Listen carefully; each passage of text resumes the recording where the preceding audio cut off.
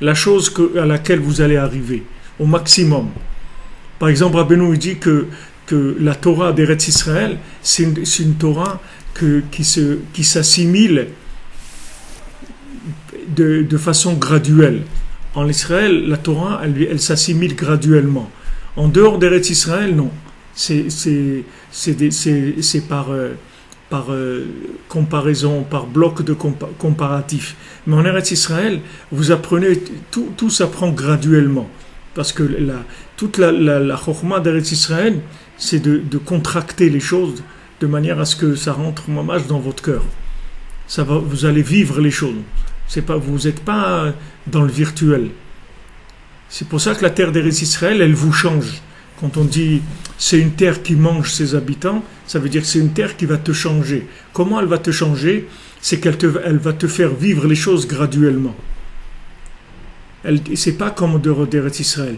En dehors d'Eretz Israël, tu peux vivre dans des contradictions énormes. Parce que comme maintenant ce que tu gères, tu peux le gérer virtuellement et avoir une partie de toi-même qui est en dehors de la chose complètement, tu n'arrives pas à vraiment digérer les choses. C'est très difficile. Mais en Eretz Israël, il n'y a pas ça. En Eretz Israël, tu rentres dans un système où tu vas digérer les choses. C'est-à-dire tu vas vraiment les intégrer. C'est pour ça que ça s'appelle une terre qui mange ses habitants, c'est-à-dire c'est une terre de Emouna. C'est une terre d'Emouna, c'est-à-dire avec la foi qui est en Eretz Israël, tu vas intégrer doucement les choses jusqu'à ce que tu vas devenir cette chose-là. Pour ça qu'en Israël, vous ne pouvez pas être autre chose que ce que vous êtes. Vous ne pouvez pas être autre chose que ça. C'est-à-dire que la terre, elle va vous mettre à votre place. Vous venez, chacun, il a son open terre en Eretz Israël, c'est-à-dire chacun, il a reçu sa part de la terre, puisque la terre, elle a été distribuée et départagée par Ruach HaKodesh, c'est-à-dire par un choix divin, c'est-à-dire c'est Hachem qui donnait par un tirage au sort, chacun recevait sa part. Alors, tu vas pas avoir une autre part, tu vas avoir ta part. Quand tu viens en Eretz Israël, tu vas être toi-même, c'est tout. Maintenant, tu peux venir de n'importe quel pays et avoir une place qui est une place quelconque en dehors d'Israël, qui peut être toi ou pas toi, tu peux faire n'importe quoi de ta vie. En Eretz Israël, on va te mettre à ta place. La terre, elle va te porter, elle va te mettre à ta place. Ça peut être une place plus élevée, moins, ça n'a pas d'importance, mais c'est ta place. Donc, quand on dit lo batem et la menucha et la nachala, vous n'êtes pas encore venu à l'endroit du repos et de l'héritage. Pourquoi on fait un rapport entre le repos et l'héritage? Parce que c'est la même chose.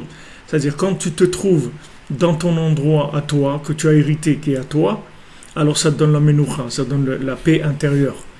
Cette paix intérieure, elle vient parce que, enfin, tu es à ta place. Donc, quelqu'un qui se cherche, je lui conseille vivement de venir en Israël, parce que s'il vient en Israël dans cette intention-là, bien sûr, parce que s'il n'a pas l'intention, alors Rabbeinu dit que les Maasé, il ne peut pas profiter des bienfaits d'Eretz Israël, mais s'il vient dans l'intention de se trouver, il va être à sa place. Donc ça, c'est le principe d'aller se déplacer. Comme on est rentré en Eretz Israël, Hachem, il nous a fait faire un détour. On n'est pas arrivé directement. On aurait pu arriver directement en Eretz Israël.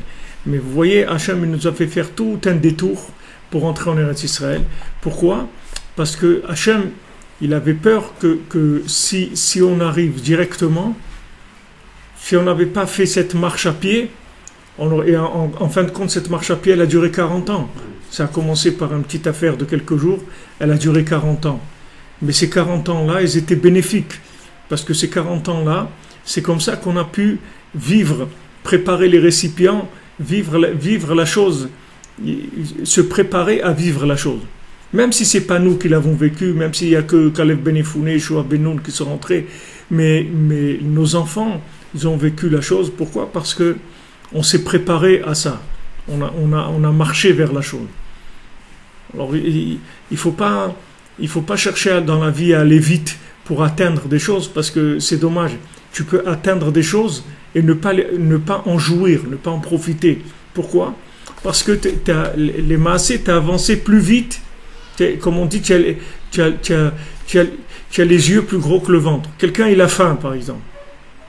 Alors, il se trouve dans un endroit où un buffet, où il va se servir. Alors, il se sert. Maintenant, vous allez voir que la plupart des gens, ils vont laisser dans leur assiette des choses. Pourquoi? Parce que quand il a faim, il est incapable de calculer le sentiment qu'il a de la faim avec la capacité de son ventre. Il a une faim virtuelle, mais le ventre, il est réel. Le ventre, il contient ce qu'il contient. Maintenant, même si tes yeux, ils aiment ça, et ça, et ça, et ça, et ça, mais il faut que tu arrives à être online avec ton ventre, de manière à ce que tu saches que si tu prends ça et ça, tu vas pas arriver à le manger, pas chaud. Tu vas le laisser dans ton assiette, c'est dommage, ça va se jeter, parce qu'on ne peut pas après le donner à d'autres personnes, etc. Mais tout comme ça, vous pouvez trouver des exemples de vie qu'on vit tous les jours. Vous pouvez trouver des dizaines d'exemples comme ça, que vous verrez qu'on a du mal à être en rapport réel, si vous voulez, en réel avec nos sens. On est souvent dans l'imagination, on n'est pas dans le réel.